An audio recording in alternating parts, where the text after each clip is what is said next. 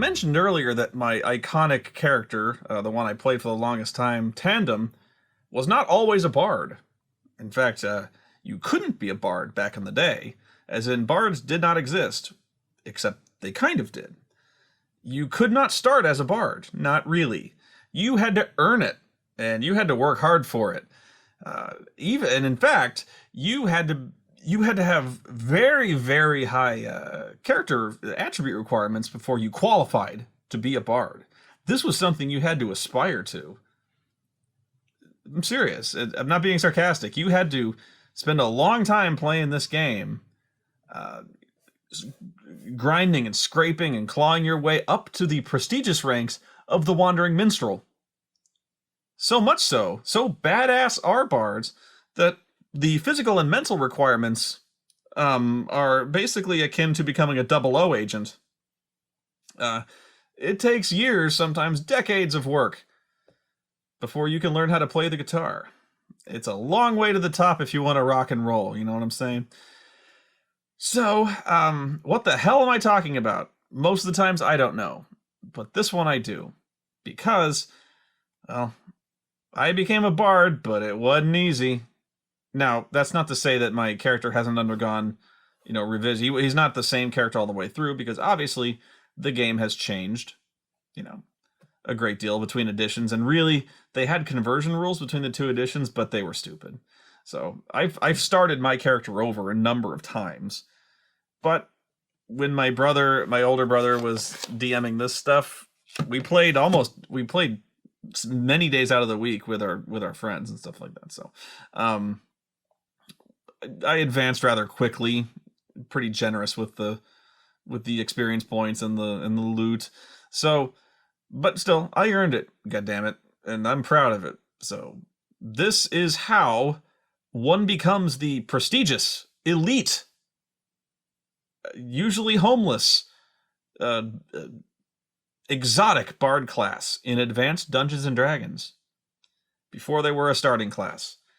So, let's see what you've got to do. It is buried in the back of the book, in Appendix 2, Bards. Appendix 1, Druids. Druids were not easily attained either. But Bards, not even, again, not sarcastic, hard to do. How hard?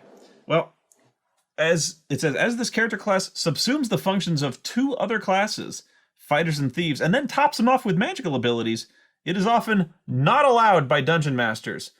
You can bring anything you want to this table, but bards, come on, man. Bards are OP. You'll see what I mean in a second. Back in the day, things were very segmented. There wasn't a lot of overlap. Nowadays, in Pathfinder, and one of my favorite games, by the way, 4th edition, 3rd edition, there's a ton of overlap. Fighters can cast spells, no problem. It's just there's at least 10 different subclasses of fighter that can cast some form of spells. Spell sword, spell singer, singer spell, whatever. Pretty much everything has some kind of magical component to it. If you want somebody who has thieving skills, you can just take that stuff. It's doable. But in AD&D, in an old D&D especially, you had a role, and you played that role. This whole mixing character features and shit, whoa, that didn't, multi-class did not happen here. Dual classing, of course, did occur, but that's not the same as multi-classing. I'm so not making sense, but it makes sense to me. That's all that matters. But fighters were fighters. They fought. That's what they do. Thieves, they stole shit. That's what they do. Mages, spells. That's it. There's no overlap. Dwarves do what dwarves do. Elves, because back in the day, in the early editions, there were no races and classes distinction.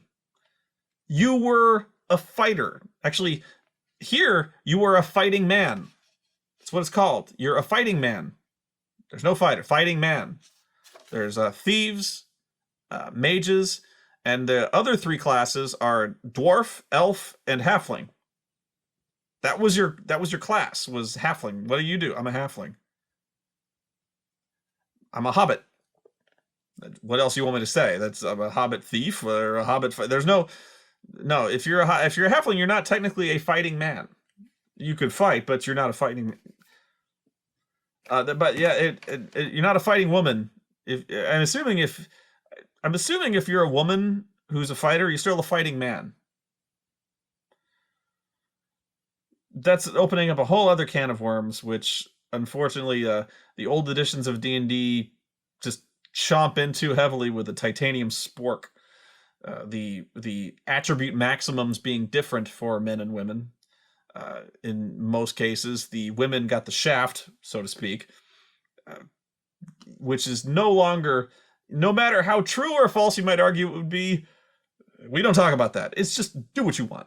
But bards, they crossed every line. They're fighting men who could steal shit and be sneaky and cast spells. These fucking minstrels, man. No, not allowing it. Cannot be done. This worlds are colliding. 3 worlds at once. Can't be done. So it says your DM is the final arbiter as to the inclusion of bards in your campaign.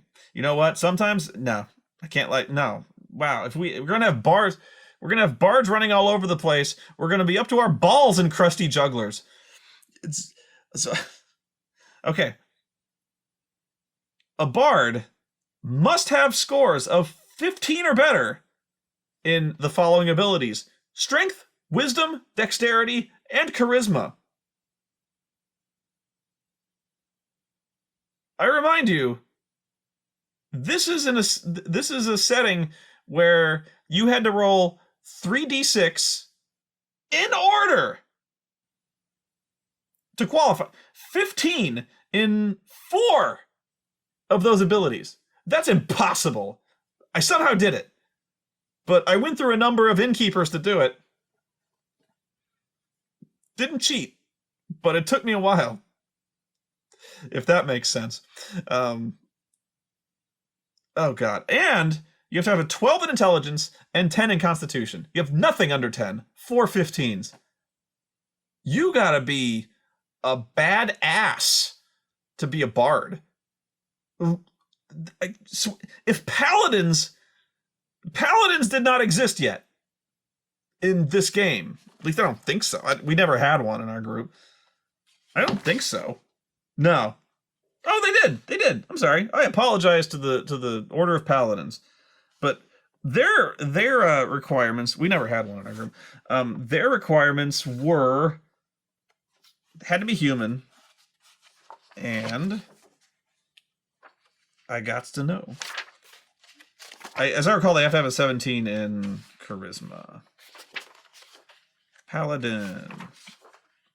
There's a lot. If it's not as restrictive, it's bards are like second on the list by a lot. Come on, where is it? I didn't think I'd need to look at this, but okay, paladin. This is a paladin. They are a fighter subclass, but unlike normal fighters, all paladins must be lawful good. They must have a strength of not less than 12, so bards usually can outbench a paladin. Just remember that. Just hey, a Sturm Brightblade, before you go fucking with me, I can squat more than you, all right? This is not going to be some lame ass boxing match where you're going to take me to Suplex City. No, dude, I'm probably bigger than you. I'm the best swordsman in the world, and you're just a paladin. Okay, so they have to have no less than a strength of 12, a minimum intelligence of 9, a wisdom of 13 or more, a minimum constitution of 9, and not less than 17 charisma. So the paladin will almost certainly be more charismatic than the bard. But when it comes to military pressing things over their head, the bard is probably going to win that contest. So arm wrestling usually goes to the bard. When it comes to making friends and influencing people, yeah, you got to go with the paladin. They're the good-looking ones, not the bard who makes a living off of being personable and entertaining. Yeah. Yeah, the aside from the 17 charisma, which is very hard to do on 3d6 on that one particular spot, that's plenty restrictive, but the notion that I still, wow, I can't believe. Well, here's the other thing. Just because it has minimum requirements up here doesn't mean that your attributes couldn't change over the course of a campaign. In fact, attributes easily changed over the course of time here. So, but 15 and 4 attributes, a 12 and a 10, really, it takes a lot to be a paladin in terms of attribute requirements, but aside from the 17 charisma, it's way more doable. And paladin is a starting class, not bards. That's not all. It's not just the attribute requirement. You cannot start as a bard. Cannot be done. Here's what you have to do. Bards begin play as fighters, and they must exclusively remain fighters until they have achieved at least the 5th level of experience. Anytime thereafter, and in any event prior to attaining 8th level, they must change their class to that of thieves. Again, sometime between 5th and 9th level of ability, bards must leave off thieving and begin clerical studies as druids. But at this time, they are actually bards, and under druidical tutelage. Bards must fulfill the requirements in all the above classes before progressing to the bard experience table. They must always remain neutral, but can be chaotic, evil, good, or lawful if they wish. Basically, one of their aspects has to be neutral.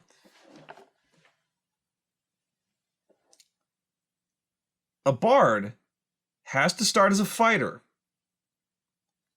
has to reach 5th level, and sometime between 5th and 8th, they switch to thieves, reach 5th level, and sometime before 9th level, become druids.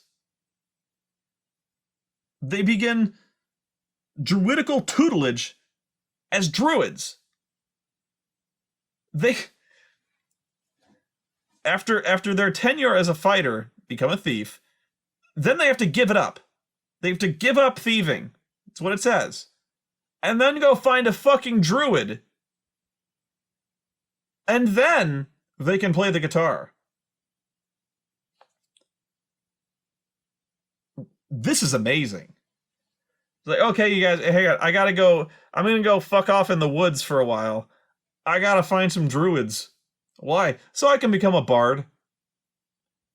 Imagine today, when I told my parents that I was making a living essentially as an actor or a comedian, look at you like you're fucking nuts. I don't think my mom still understands what the hell I do. I work really hard at this, but still, this is not. An actor. If you're making a living as an actor here or there, but if I told my mom I wanted to be a folk singer, that would typically not be what my mom would have had in mind for me. I'm gonna go wander the earth playing the guitar. Obviously the bards here do more than that. They fight evil and shit like that. But no, if in the world of Dungeons and Dragons, if I told my mom I wanted to be a bard, she'd be so happy. She'd be like, a bard? Well, that's wonderful. You think you have what it takes? I'd be like, well, I'm pretty strong. If I study hard enough, I could be a bard. It's like, I was so hoping that you join the church and become a paladin, but you've really set your sights high. You're going to be a bard. This is what I was thinking, by the way. I was like, fuck paladins. Fuck them. I'm going to be a bard. Because this is the highest, this is the brass ring, becoming a bard. Because 5th level fighter, minimum. 5th level thief, minimum. And then druids. You have to go find a race of druids. Nobody knows who they were or what they were doing. But when you want to be a bard, you gotta track them down. You gotta follow their history, which is in mystic runes hewn into the living rock of Stonehenge. Once you've found druids and convinced them of your worthiness to be a druid, then you are worthy to call yourself. This makes no sense. Okay, why would you want to? Why would you want to wait? As it is, like it says, you have to be a minimum 5th level fighter, for instance. But before 9th, you have to quit being a fighter. But why would you wait for later? Because it's kind of a funky thing about dual classing, which evolved in later editions, but you essentially stopped being a fighter at the level you stopped being a fighter. Meaning, as your character progressed, they get better and better bonuses to hit. Their saving throws would improve. But if you stopped being a fighter at 5th, your fighter, your to hit rolls would not improve. I don't know if you follow, but like, let's see. Your hit dice, for instance, if you want to keep getting the hit dice as a fighter, your saving throws increase differently depending on the class.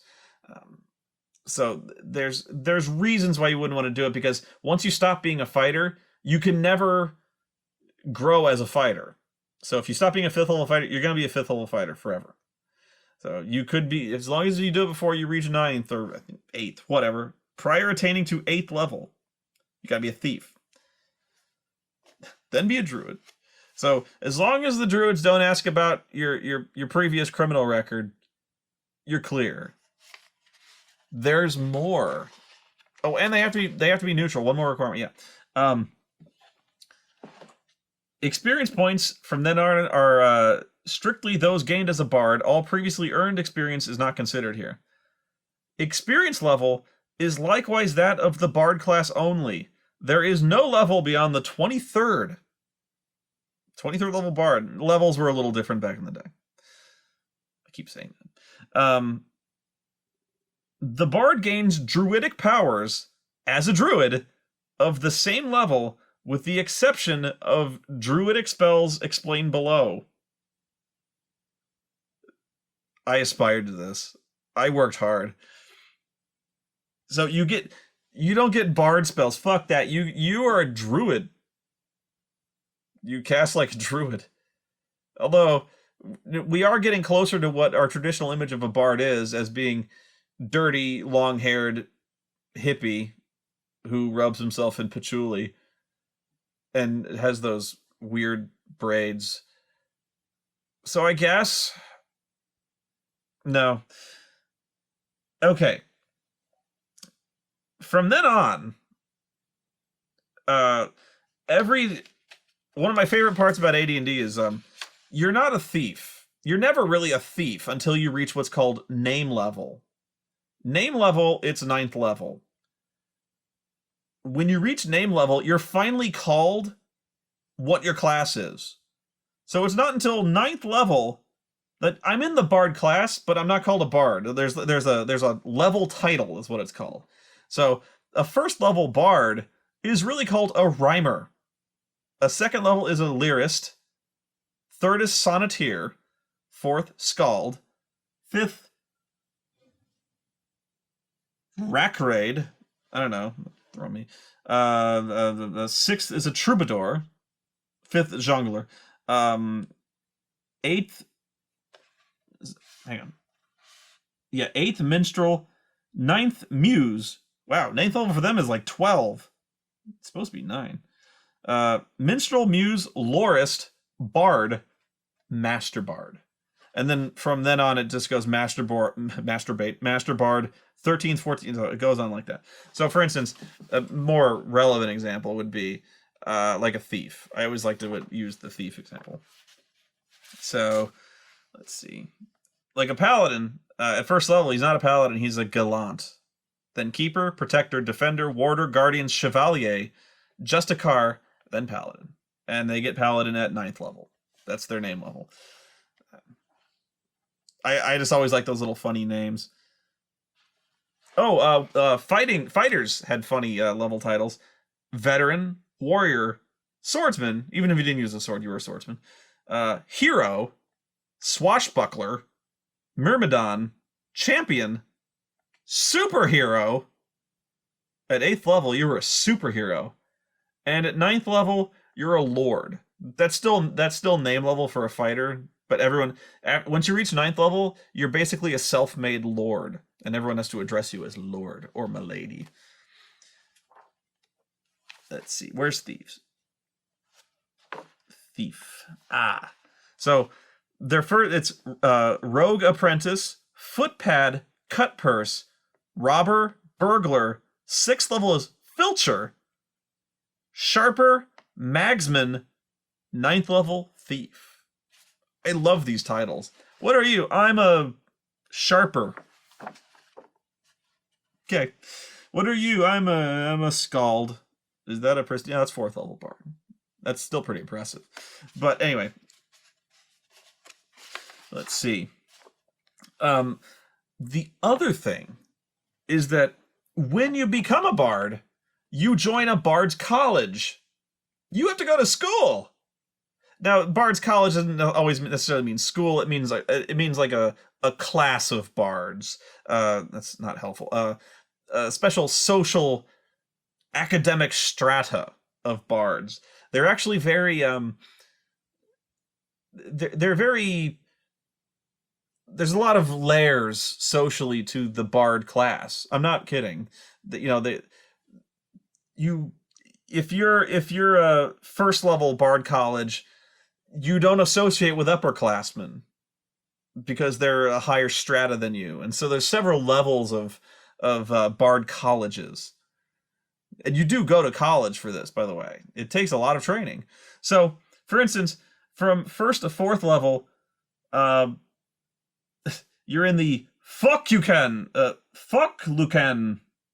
I never dealt with this when I was playing. We didn't give a shit about bards. Because you're never going to run it. How many bards are there in the world? They're impossible. Bard college, 100 years they're like the Kwisatz Haderach. You get someone with the unique physical and mental gifts and perseverance to learn to be a bard. That's like 1 in a million. They're the super being.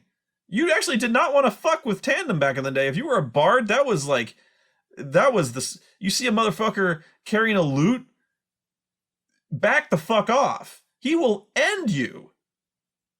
He will take that fucking lute and shove it up your ass. Actually, he wouldn't. He wants to keep his lute. He'll put it aside and then just beat you until you're jelly. The lute's really expensive, man. I'm not going to shove it up your ass. Get a chair, whatever. So, yeah, there's the Mac Fwyrmid, the Dos, the Kenaith, the Klee, the Astruth, and the Olam. This must be like Gaelic or something like that. So there's a lot of different colleges. Why is that significant? It's not. So it says, college is the important distinction to a bard, and he or she will not associate with a bard of a lesser college. I won't even talk to you. You fucking DOS freshman. You Mac Fwyrmid unpronounceable bitch. It's the dream of lower classmen bards for senpai to notice them. For upperclassmen, you're dirt to me. Dirt, I say. Don't you think I'm impressed because you're a bard? Please. I've been a bard for 10 years. You ain't seen shit. I guess that's their reasoning. The exception to this rule are the Magna alumni, who will happily aid by advice and suggestion any other bard of any level. A Magna alumni is a 23rd level bard. That's as high as they go. So apparently, when your bard character has reached enlightenment, has reached demigod status, they get the fuck over themselves. And they're finally willing to help a brother out. Pardon me. Yeah, at 23rd, they're like, oh my god, I've been such a dickweed. These guys really need help. So, hopefully, when you're a bard, if you need mentoring, find a fucking 23rd level bard. If they haven't passed in the fucking legend, 23rd level bard you'd be the greatest hero known on the earth. You mean how long I'd have to play to be a 20? Jesus. You'd be playing this for decades. Be a 20. Played this for decades just to be there. Played a couple of years on this edition anyway. But wow. Okay, so what's the upside? Druidic magic? No, there actually is a reason you may want to do this aside from the prestige. You get additional languages. Very slowly, I might add. When you start off as a bard, you don't get any. Yeah, you don't get any. It's only when you reach 4th level bard that you get an additional language to speak. So you still gotta work. You gotta work your ass off. But here's the main draw, I guess. They get the ability to charm. There's a charm percentage associated with each level of bard that increases. The charm percentage is the chance the bard has to successfully cast a charm person or charm monster spell with his or her music. So, by playing music, you can essentially charm person or charm monster at will. There's a percentage chance for this. The charming ability does not negate any immunities or the saving throw versus magic. Okay, that's pretty cool. A lot of work for that shit. I'd just become a wizard if I wanted to. Whatever. Okay, so I can play my guitar and enthrall people with my rendition of Sister Goldenhair. At first level, your percentage chance to do this is 15. It goes up. At second, it's 20. Third, 22. Fourth, 24. Then 30, 32. Your odds aren't good up until it's a 50-50 shot when you reach 11th level bard. 50-50 to charm people. Now, don't get me wrong. Having the ability to charm people and never run out of ammo just by playing your lute is immensely powerful. But again, you gotta practice that fucking lute, man. And they have to be willing to sit still long enough for you to serenade them with Freebird. So, indeed, a powerful ability, not one to be easily abused. Very specific, though. I guess this is the reason why you would want them at the, for negotiation. Well, but first, you guys, before we settle this peace treaty, allow me to serenade you with Stairway to Heaven. There's and they're like,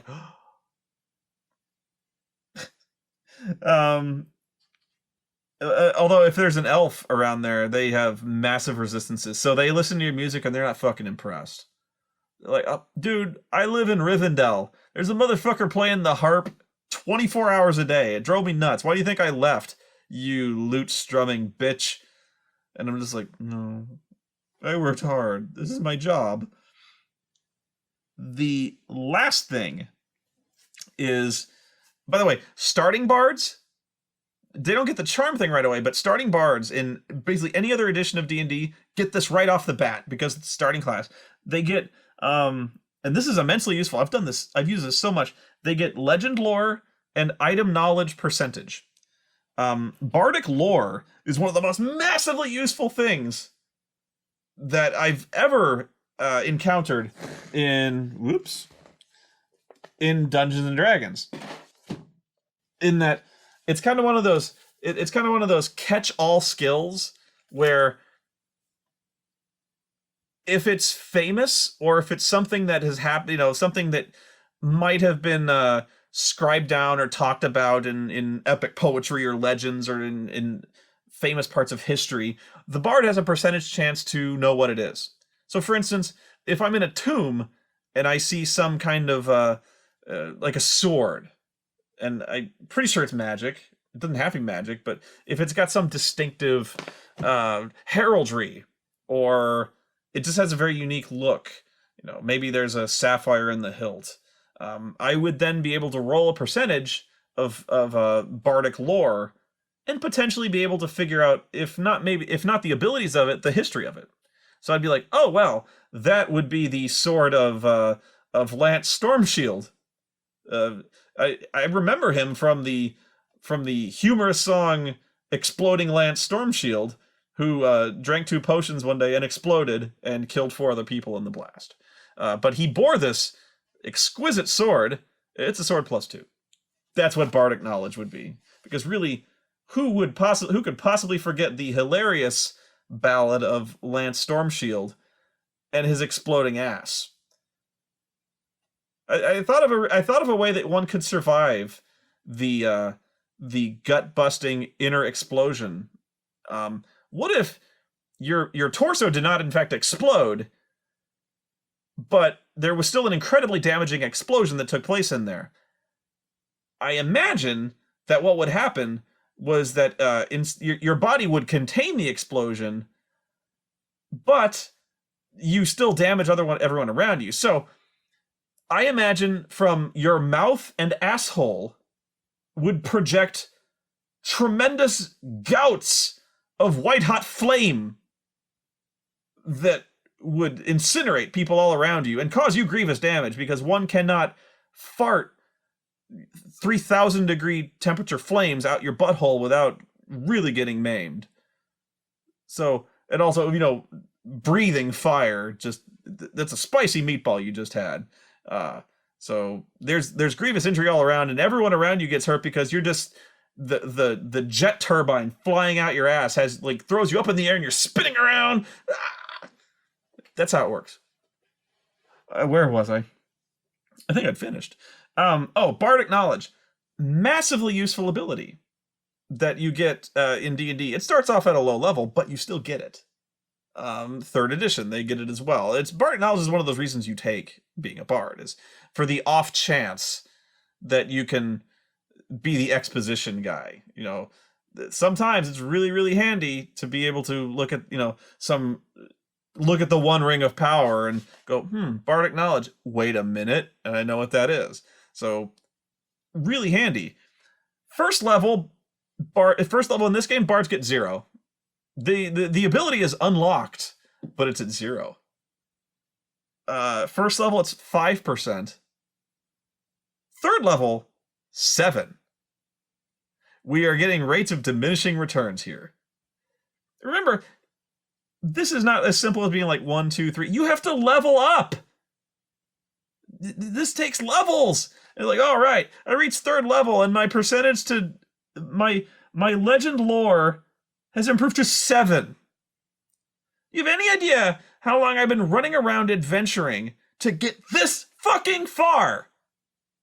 3rd level bard at this point, studying with fucking druids. 7. Fuck! This is not worth it. Aside from being able to... the status? And even then, your status doesn't impress anybody. Certainly not upperclassmen. The dudes in the Onstruth Bardic College, they don't give a shit about you. Look at that motherfucker and his cheap ass loot. That Harmstrom and pussy. Harpstrom. It's late. So this is long as the road and hard out of hell to become a rock star. Wow. It's just really disappointing. You've come all this way, and the DM is really hopeful. You find this ancient tomb with weird crests and symbols on it, and there's engravings in some arcane language, and you go, well, I might as well give it a shot with my 6th level legend lore of 16%. Oh gee, I failed. Big fucking shock. That sucks. Percentage chance the bard has knowing something about a legendary person, place, or thing, and knowing what a particular magic item is. The latter is limited to weapon, armor, potions, scrolls, and items of a magical nature which the bard can employ or which bear magical inscriptions. For all bards know runes, glyphs, characters, symbols, etc. Naturally, any knowledge gained by bards while in their former classes is also retained at all levels. Well, that's a relief. The weapons they can use, leather or magical chainmail only. Only. They can't wear chainmail. Magical chainmail only. They can use the no shields, club, dagger, dart, javelin, sling, scimitar, spear, staff, and sword. That they will never use poison unless the bard is neutral evil, and they can use flaming oil. So wow, this is all worth it. I can't wait. A bard always engages in combat at the level he or she attained as a fighter. So if I reached 5th level, my to hit matrix is as a 5th level fighter. That's why you may want to stick with fighter for a while. A bard is able to function as a thief at the level previously attained. All saving throws are on the most favorable table. However, the actual bard level is considered as that of a druid. How did I even make sense of this as a kid? The bard's poetic ability raises the morale of associated creatures by 10%. It likewise can inspire ferocity in attacks, so hit probability die rolls are given a bonus of +1. Yay! Ancient D&D buffs. Note that while engaged in this activity, the bard can engage in melee combat, but not in any singing or spellcasting. So, what I just said was, they can read poetry, or recite poetry, to inspire people to fight harder. But they can't be singing. That is way too hard. So, no singing in combat, but I could recite the epic poem of Beowulf. Or the epic of Beowulf. That's way more inspiring. But singing? Nah, fuck it. I can't sing Let the Bodies Hit the Floor. That just won't work. It'll sound stupid. But no, here, let me recite the Iliad. Makes sense, because you're gonna hear that over the clash of steel and tigers clawing out my balls. I'm totally gonna be thinking of poetry on the fly as all this is going. Fuck it. The singing and playing of the bard likewise has a chance of charming most creatures. They must save versus magic or be charmed and sit entranced while the bard sings. So note that even these creatures not charmed will listen to the bard singing and playing for a full round. So even if it fails, they'll sit and listen for a few seconds. So that's pretty cool. Or at the very least, at least show a little leg, to give them an excuse, something to look at. Flash them tandem titties. That would not, it would draw some fascination, but not in that good way. Charm creatures are subject to suggestion, as if it were the spell of that name. Due to training, a bard has knowledge of many legendary and magical items after first level experience. No, he doesn't. After the first level, they have 5%. It depends on what you call many legendary. Oh, God. And it's limited to armor, weapons, miscellaneous magic items, if they are usable by a druid, fighter, or thief. Anything else, they're fucked. Potions, rings, rods. That's so immature. I don't think any D&D player has ever managed to say Rod of Lordly Might without grinning.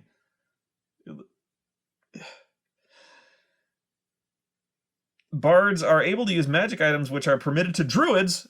Fucking druids, man. I didn't know bards were that isolated to Stonehenge.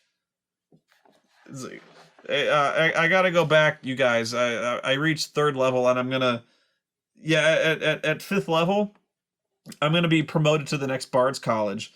So, as a matter of practicality, are we gonna play Stonehenge? No, we're not gonna play fucking Stonehenge. Let's see. If a writing is baneful, treat the bard as the least favorable of his. Oh, if it's a cursed. If they're reading something that's cursed, they get the worst of the most favorable of the saving throws. They can use drums of panic, horns of blasting, lyres of building with double effectiveness, and pipes of the sewer. Can't wait to wrap my lips around that one. That's it. If bards are permitted in your campaign, there is a possibility that your DM will also include certain magical items usable only by bards. Well, I hope so. But we won't talk about that here. That's a bard, ladies and gentlemen. Or, if you want to play a bard, I would pick this one up. They make it a little more accessible, slightly more accessible, as opposed to having to attain 5th level minimum in 2 other classes.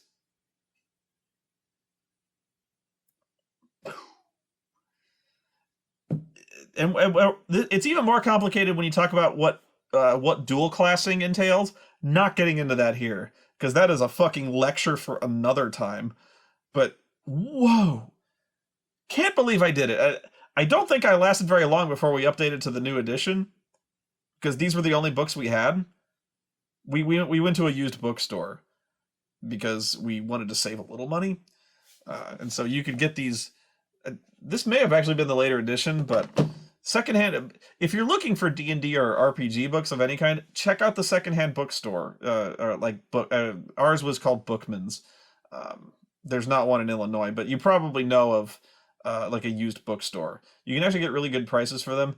Goodwill is not the place to go for these. I have never seen, in fact, any kind of RPG book at a Goodwill. But yeah, any kind of secondhand used bookstore will have a lot of these. I mean, a lot. Maybe not this specific edition, but if you're looking for a game, you can find something. You can usually find like Shadowrun or anything like that. But man, it ain't easy. You know, you laughed at me. You laughed at me when I would boast at being the greatest swordsman in the world. I know you did. When I flexed my peaks, you chortled. Little did you know that when somebody can claim to be a bard in truth, and you laugh at them, they will fucking wreck you. That's what I thought. Okay? So next time you see a bard, next time you see a guy in with a jaunty befeathered hat carrying a lute, you get the fuck out of his way. All right? And if he starts passing the hat around in the tavern, asking for a tip here or there, you best throw something in there, because if he sees that you didn't, it's your ass.